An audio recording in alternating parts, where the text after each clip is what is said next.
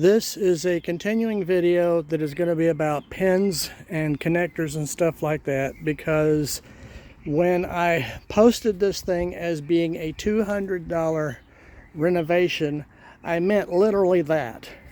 The top end was all wood and got way too heavy, and it was just seriously too hard to put up and take down. So I took the whole top end of it, cut every single piece down to taking all the screws and everything out, and basically remodeled the whole thing. And the boards that I had used originally have been all cut down to things like, well, to make this table on the outside. This table unpins, I'll show you that here in a minute, that everything was basically repurposed. That's the word I'm looking for, repurposed. Everything on this is repurposed from other attempts at camping in a tent, from attempts at doing it in a camper that it was just too heavy. This is very seriously light. And what I'm talking about, like I said, this is going to be nothing but about pins and stuff. If I have something on this that I need to take off, literally all I have to do is grab this strap, and it's big enough it won't break, and just lift. That hinge will now separate. That, I have 4 hinges here, 4 hinges on the other side, 2 hinges on the bottom, and this entire bottom deck goes away. This top end is made with pivots. I said this is a $200 remodel. What I'm talking about is between 5 sheets of canvas and 15 pieces of conduit. It ran $200.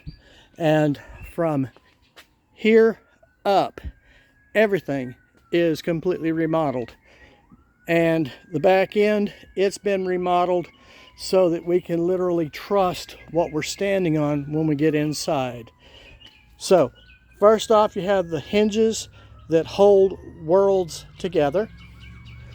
I didn't want to have to depend on Home Depot or anybody like that to provide anything for this. So what I did is I took coat hangers and I cut and designed clips. Clips that all you have to do is like a safety pin. You undo it, pull it out, and put it away. And I can take one coat hanger and make about 5 or 10 of those. That's a whole lot cheaper than getting a whole lot of extra strength clips.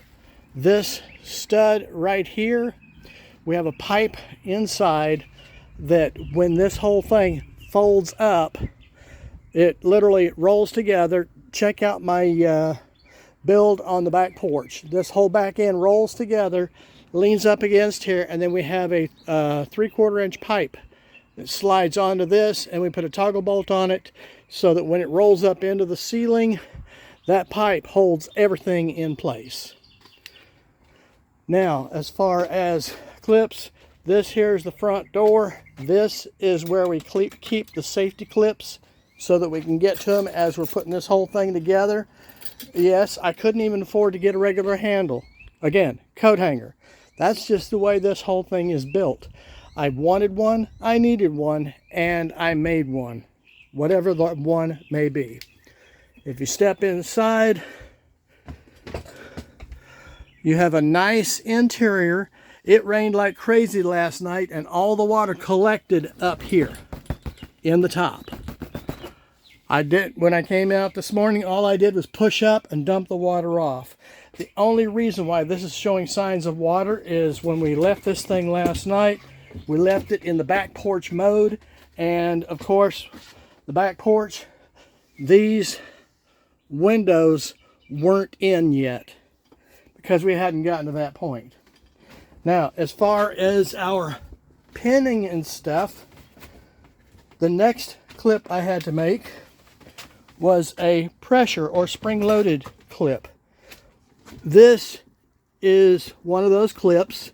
Pull it up, take it out. It is a, believe it or not, coat hanger.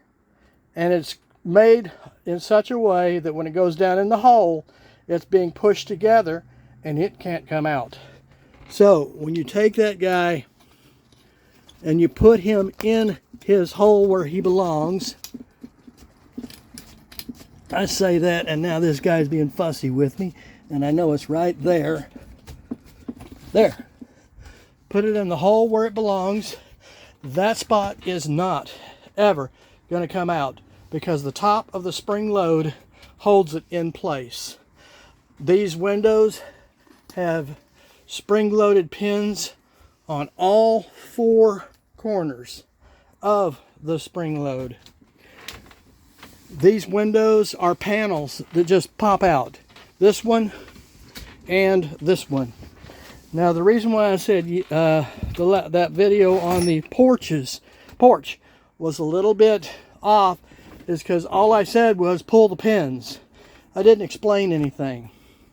What's going on back here is you have 2 pieces of 1/2-inch conduit. This conduit is here because what will be shown in another video, there are cabinets that go up here. And if you just put those cabinets up there, they will lean backward. Well, what you do is you put these poles here as a reinforcement for those cabinets to lean against. And the back side of the cabinets, I put on 1x4 slats that you can't see when they're hanging, just so they're pushed forward enough to hang straight up and down, because everything back here is angled. So no, it doesn't go straight up and down. But when you want to turn this thing into the back porch, what you do is you lift up on this, and that pin I just showed you right there is at the bottom of this conduit as well. You lift it up, you pull that pin, and you shake it. What happens is this conduit falls to the floor. There is a bolt up here where it lines up at. That bolt will move over and that conduit will fall out. You then take that pin, like I said, designed just like that one. You take that pin and you put it outside on the corner. There's a set of holes up there that it just falls into. Because this pin spreads, it doesn't fall in. You push it in, but it goes all the way down. You then take this piece of conduit that you just knocked into the floor, line it up with that pin, and set the other end of the conduit onto the bottom wall down here. When you set it down there, you take this frame here and you push it inward just a little. When you push it inward just a little, it will land on that pipe and stop falling. You have 2 of them to do. Once those guys are done and both conduits are on the outside, you just simply grab that and start lifting it up to this pipe right here. I have S-hooks, which I showed you yesterday, the last video. Those S-hooks are like this right here. That's what they are. These things are incredibly stiff. You have to work on it to bend one. So as far as their dexterity, I go for it. You'll notice I have 4 bags back here. One of them is for S-hooks, one of them is for these push pins, one of them is going to be for clips, and one's going to be for tie wraps.